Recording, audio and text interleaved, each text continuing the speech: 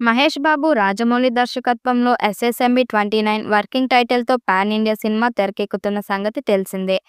'గుంటూరు కారం' సినిమా తర్వాత ఏడాది ఖాళీగానే ఉన్న మహేష్ బాబు తన లుక్‌ను చాలా మార్చుకున్నారు. రాజమౌళి సూచన మేరకు చాలా హెయిర్ స్టైల్‌ను ప్రయత్నించారు. చివరకు రాజమౌళి ఈ సినిమాలో మహేష్ బాబును ఏ లుక్‌లో చూపిస్తాడా అని అభిమానులు ఆసక్తిగా ఎదురుచూస్తున్నారు. మే నెలలో కృష్ణ జయంతి ఉంటుంది. ఆ సమయంలో ఏమైనా సినిమా అప్డేట్ ఉంటుందేమో చూడాలి. సమ్మర్ హాలిడేస్ తర్వాత జూన్ రెండో వారంలో మళ్లీ షూటింగ్ ప్రారంభమయ్యే అవకాశాలు ఉన్నాయి. ఆ సమయంలో వారణాసి సెట్‌లో చిత్రీకరణ ఉంటుందని తెలుస్తుంది. విదేశీ షెడ్యూల్ సైతం ఉంటుందట.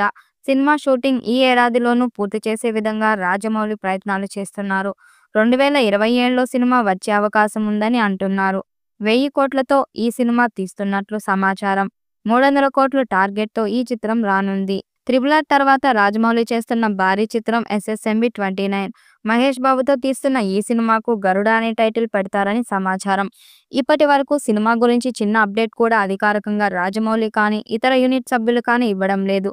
హైదరాబాద్‌లో ప్రస్తుతం మూడో షెడ్యూల్ జరుగుతుంది. ఈ షెడ్యూల్‌లో మహేష్ బాబు, ప్రియాంక చోప్రాలపై కీలక పాట చిత్రీకరణ చేస్తున్నారని సమాచారం అందుతుంది. ఈ పాట చిత్రీకరణకు రాజమౌళి దాదాపు వారం నుంచి 10 రోజుల సమయం తీసుకున్నారని తెలుస్తుంది. రాజమౌళి సినిమాలోని పాటలు కూడా చాలా గ్రాండ్‌గా ఉంటాయి. అందుకు తగ్గట్టుగానే ఈ పాట ఉంటుందని తెలుస్తుంది. ప్రస్తుతం హైదరాబాద్ శివార్లో ఈ సినిమా కోసం ఓ పాట తెరకెక్కిస్తున్నారు. మహేష్, ప్రియాంక చోప్రా ఈ షూట్‌లో పాలు పంచుకున్నారు.